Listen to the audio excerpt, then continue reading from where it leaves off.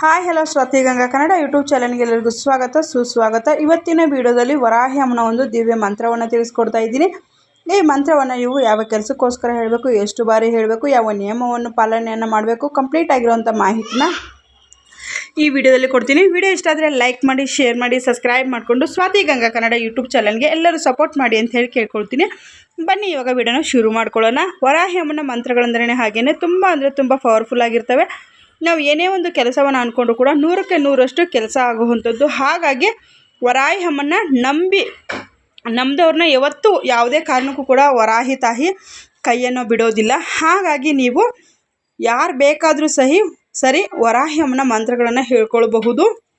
ಹೆಣ್ಮಕ್ಳಾಗಿರ್ಬೋದು, ಗಂಡು ಮಕ್ಕಳಾಗಿರ್ಬೋದು, ಚಿಕ್ಕವರಾಗಿರ್ಬೋದು, ದೊಡ್ಡವರಾಗಿರ್ಬೋದು, ಪ್ರತಿಯೊಬ್ಬರು ಹೇಳ್ಕೊಳ್ಬಹುದು.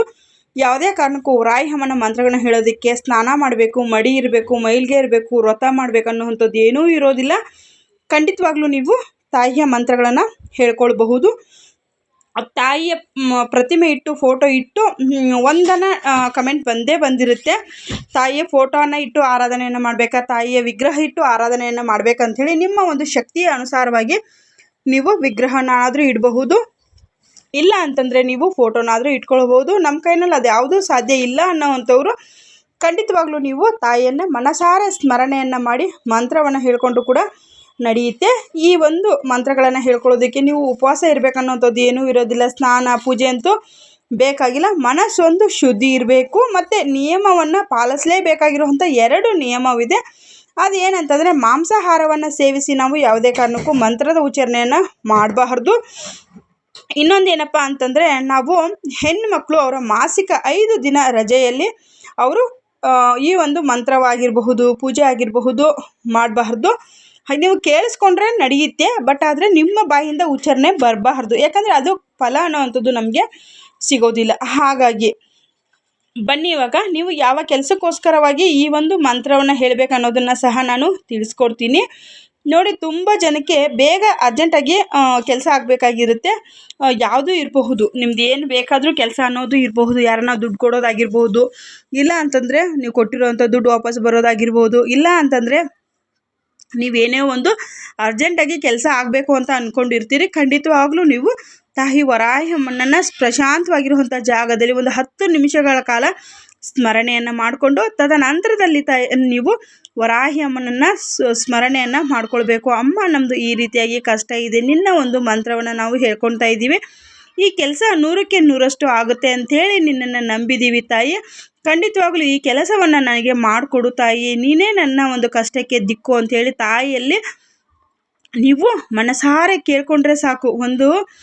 ನೀವು ಕಣ್ಣಲ್ಲಿನೇ ತಾಯಿಯನ್ನು ಕಣ್ಣಲ್ಲಿನೇ ನಿಮ್ಮ ಒಂದು ಭಕ್ತಿಯನ್ನು ತೋರಿಸಿದ್ರೆ ಸಾಕು, ತಾಯಿ ಧಾವಿಸಿ ಬಂದು ನಿಮ್ಮ ಕಷ್ಟ ಕಾರ್ಪಣ್ಯಗಳನ್ನೆಲ್ಲವನ್ನು ದೂರ ಮಾಡ್ತಾಳೆ. ಕಷ್ಟ ಇಲ್ದಿರೋಂಥ ಮನುಷ್ಯನು ಈ ಭೂಮಿ ಮೇಲೆ ಇಲ್ಲ ಅನ್ನೋವಂಥದ್ದು ನನ್ನ ಒಂದು ಅಭಿಪ್ರಾಯ. ಯಾಕಂತಂದರೆ ಒಂದಲ್ಲ ಒಂದು ರೀತಿಯಲ್ಲಿ ಕಷ್ಟಗಳನ್ನು ಪ್ರತಿ ಮನುಷ್ಯರು ಅನುಭವಿಸ್ತಾ ಇರ್ತಾರೆ. ಈ ಜನ್ಮದ್ದಾಗಿರ್ಬೋದು, ಹೋದ ಜನ್ಮದ್ದಾಗಿರಬಹುದು, ಒಂದು ತಂದೆ ತಾಯಿ ಪ್ರೀತಿ ಇಲ್ದಿರ ಪ್ರತಿಯೊಂದು ಅವ್ರು ಯಾವ್ಯಾವ ರೀತಿ ಕಷ್ಟಗಳು ಇರ್ತವಂತ ಅನ್ನೋದು ನಾವು ಊಹಿಸ್ಕೊಳೋದು ಸಾಧ್ಯ ಆಗೋದಿಲ್ಲ. ಹಾಗಾಗಿ ನೀವು ಈ ಒಂದು ಮಂತ್ರವನ್ನು ನಿಮ್ಗೇನಾನ ಬೇಗ ಕೆಲಸ ಆಗಬೇಕು, ಅರ್ಜೆಂಟಾಗಿ ಕೆಲಸ ಆಗಬೇಕು, ಅರ್ಜೆಂಟಾಗಿ ಫಂಡ್ ಅನ್ನೋವಂಥದ್ದು ಬೇಕು. ಹಾಗಾಗಿ ನೀವು ತಾಯಿಯ ಮಂತ್ರವನ್ನು ಹೇಳ್ಕೊಳ್ಳಿ. ಎಷ್ಟು ಬಾರಿ ಹೇಳ್ಕೊಳ್ಬೇಕು, ಯಾವ ಒಂದು ಸಮಯದಲ್ಲಿ ಹೇಳ್ಕೊಳ್ಬೇಕು ಅನ್ನೋದಾದರೆ ನೀವು ಬೆಳಗ್ಗಿನ ಜಾವನಾದರೂ ಹೇಳ್ಕೊಳ್ಬಹುದು. ಇಲ್ಲ ಅಂತಂದರೆ ನೀವು ರಾತ್ರಿ ಮಲಗೋದಕ್ಕೆ ಮುನ್ನ ಒಂದು 10 ನಿಮಿಷಗಳ ಕಾಲ ತಾಯಿಯನ್ನು ಆರಾಧನೆಯನ್ನು ಮಾಡಿ ತದನಂತರದಲ್ಲಿ ನೀವು ಮಂತ್ರದ ಉಚ್ಚಾರಣೆಯನ್ನು ಮಾಡಿಕೊಂಡು ಮಲಗಿದ್ದೇ ಆದರೆ ಬೆಳಗ್ಗೆ ಅಷ್ಟೊತ್ತಿಗೆ ನಿಮಗೆ ಶುಭ ಸಮಾಚಾರ ಕಟ್ಟಿಟ್ಟ ಬುತ್ತಿ ಅನ್ನೋದನ್ನು ತಿಳಿಸ್ಕೊಡ್ತೀನಿ. ಬನ್ನಿ ಇವಾಗ ಸ್ಕ್ರೀನ್ ಮೇಲೆ ಮಂತ್ರ ಬರ್ತಾ ಇದೆ. ಓಂ ಶ್ರೀ ಲಘು ವಾರಾಹಿ ನಮೋ ನಮಃ. ಓಂ ಶ್ರೀ ಲಘು ವಾರಾಹಿ ನಮೋ ನಮಃ. ಓಂ ಶ್ರೀ ಲಘು ವಾರಾಹಿ ನಮೋ ನಮಃ. ಈ ಒಂದು ಬೀಜಾಕ್ಷರಿ ಮಂತ್ರ ತುಂಬ ಸರಳವಾಗಿರುತ್ತೆ. ನೀವು ಬಾಯಿಂದ ಎಷ್ಟು ಬಾರಿ ಉಚ್ಚಾರಣೆಯನ್ನು ಮಾಡಬೇಕಂದ್ರೆ ನಿಮ್ಗೆ ಎಷ್ಟು ಬಾರಿ ಸಾಧ್ಯವಾಗುತ್ತೋ ಅಷ್ಟು ಬಾರಿ ಹೇಳ್ಕೊಬೋದು. ಒಂದು 10 ನಿಮಿಷ, 15 ನಿಮಿಷ, ಅರ್ಧ ಗಂಟೆ, ನಿಮ್ಮ ಕೈನಲ್ಲಿ ಎಷ್ಟು ಟೈಮ್ ಇದೆಯೋ, ಎಷ್ಟು ನಿಮ್ಮ ಕೈನಲ್ಲಿ ಹೇಳೋದಕ್ಕೆ ಸಾಧ್ಯ ಇದೆಯೋ ಅಷ್ಟು ಬಾರಿ ನೀವು ಹೇಳ್ಕೊಳ್ಬಹುದು. ಇಷ್ಟೇ ಟೈಮ್ ಹೇಳ್ಕೊಳ್ಬೇಕನ್ನೋವಂಥದ್ದು ಏನೂ ಇಲ್ಲ. ನಿಮ್ದು ಏನು ಕೆಲಸ ಇದೆಯೋ ಆ ಕೆಲಸವನ್ನು ನಿಮಗೆ ದೊಡ್ಡ ಕೆಲಸ ಆಗಬೇಕಂತಂದರೆ ನೀವು ಜಾಸ್ತಿ ಟೈಮ್ ಅನ್ನೋವಂಥದ್ದನ್ನು ತೆಗೆದುಕೊಳ್ಬೇಕಾಗತ್ತೆ. ಖಂಡಿತವಾಗ್ಲೂ ನಿಮಗೆ ಕೆಲಸ ಆಗೇ ಆಗುತ್ತೆ. ಮತ್ತು ನನಗೆ ₹1,00,00,000 ಬರಬೇಕು ಅಂಥೇಳಿ ಮಂತ್ರವನ್ನು ಹೇಳಿಬಿಡಿ. ಯಾಕಂದರೆ ಮೊನ್ನೆ ಒಬ್ಬರು ಯಾರೋ ಕಮೆಂಟನ್ನು ಹಾಕಿದ್ರು, ಆ ರೀತಿಯಾಗಿ ನಮಗೊಂದು ಕೋಟಿ ದುಡ್ಡು ಬರಬೇಕು, ಬಂದುಬಿಡುತ್ತಾ ಮಂತ್ರ ಹೇಳಿದ ತಕ್ಷಣ ಅಂಥೇಳಿ. ನೋಡಿ, ನಿಮ್ಮ ಪ್ರಶ್ನೆಯಲ್ಲಿ ಕೂಡ ನಿಮಗೆ ಉತ್ತರ ಇದೆ. 1 ಕೋಟಿ ದುಡ್ಡು ನೀವು ಯಾರಿಗಾನ ಕೊಟ್ಟಿದ್ದೇ ನಿಜ ಆದರೆ ಬರುತ್ತೆ. ನೀವು ಸುಳ್ಳು ಕಮೆಂಟ್ ಹಾಕಿದರೆ ಖಂಡಿತವಾಗ್ಲೂ ಬರೋದಿಲ್ಲ. ಯಾಕಂದರೆ ನಾನು ಅವ್ರಿಗೇನು ಹೇಳಲಿಲ್ಲ, ಒಂದು ಹಾರ್ಟ್ ಸಿಂಬಲನ್ನು ಕೊಟ್ಟು ನಾನು ಸುಮ್ಮನಾದೆ. 1 ಕೋಟಿ ದುಡ್ಡು ಮಂತ್ರ ಹೇಳಿದ ತಕ್ಷಣ ನೀವು ಯಾರಿಗಾನ 1 ಕೋಟಿ ಕೊಟ್ಟು 1 ಕೋಟಿಯ ನಿಮ್ಮದು ಒಂದು ಕೋಟಿ ಬೆಲೆ ಬಾಳುವಂಥ ಕೆಲಸ ಇದ್ದರೆ ಖಂಡಿತವಾಗ್ಲೂ ದೇವರಿಗೆ ಅಸಾಧ್ಯವಾಗಿರುವಂಥದ್ದು ಯಾವುದೂ ಇಲ್ಲ. ದೇವರು ಕೊಟ್ಟಿದ್ದನ್ನೇ ನಾವು ತೆಗೆದುಕೊಳ್ಬೇಕು. ಯಾಕಂದರೆ ಮನುಷ್ಯರಿಗೆ ಇವತ್ತು ನಾವು 100 ರೂಪಾಯಿ, 500 ರೂಪಾಯಿ, 1000 ರೂಪಾಯಿ ಎಲ್ಲರೂ ಈಗಿನ ಕಾಲದಲ್ಲಿ ಮೋಸ ಮಾಡಿ ತಿನ್ನೋರೇ ಜಾಸ್ತಿ. ಇವಾಗ ಫ್ರೆಂಡ್ಸ್ ಆಗಿರ್ಬೋದು, ರಿಲೇಷನ್ಗಳಾಗಿರಬಹುದು, ದುಡ್ಡನ್ನು ಕಷ್ಟ ಬಂದಿದೆ ಅಂತ ದುಡ್ಡುಗಳನ್ನ ಈಸ್ಕೊಳ್ತಾರೆ. ಕೊಡಬೇಕಾಗಿರುವಂಥ ಸಂದರ್ಭಗಳಲ್ಲಿ ಫ್ರೆಂಡ್ಶಿಪ್ಗಳು ಹಾಳಾಗುತ್ತೆ, ರಿಲೇಷನ್ಗಳು ಹಾಳಾಗುತ್ತೆ.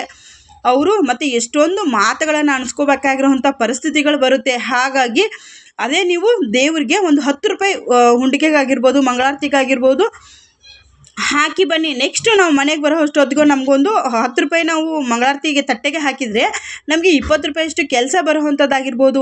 ಅದು ನೀವು ಬೇಕಿದ್ರೆ ಅಬ್ಸರ್ವ್ ಮಾಡಿ. ದೇವರಿಗೆ ನೀವು ಎಷ್ಟು ಮಂಗಳಾರತಿ ತಟ್ಟೆಗೆ ದುಡ್ಡನ್ನು ಹಾಕಿರ್ತೀರಿ, ಇಲ್ಲ ಹುಂಡಿಗೆಗೆ ದುಡ್ಡನ್ನು ಹಾಕಿರ್ತೀರಿ, ಇಲ್ಲ ಅಂದರೆ ಎಲ್ಲಾನ ರೋಡ್ ಸೈಡಲ್ಲಿರುವಂಥ ಫುಟ್ಪಾತ್ ಭಿಕ್ಷುಕರಿಗೆ ಹಾಕಿರ್ತೀರಿ. ಅದರಿಂದ ನಿಮಗೆ ತೃಪ್ತಿ ಅನ್ನೋಂಥದ್ದು ಯಾವ್ದು ರೀತಿಯಾಗಿ ಸಿಗುತ್ತೆ ಮತ್ತು ನಿಮಗೆ ಕೆಲಸ ಕೂಡ ಯಾವ ರೀತಿ ಆಗುತ್ತೆ ಅನ್ನೋದನ್ನು ಖಂಡಿತವಾಗ್ಲೂ ನೀವು ತಿಳಿದುಕೊಳ್ಳಿ.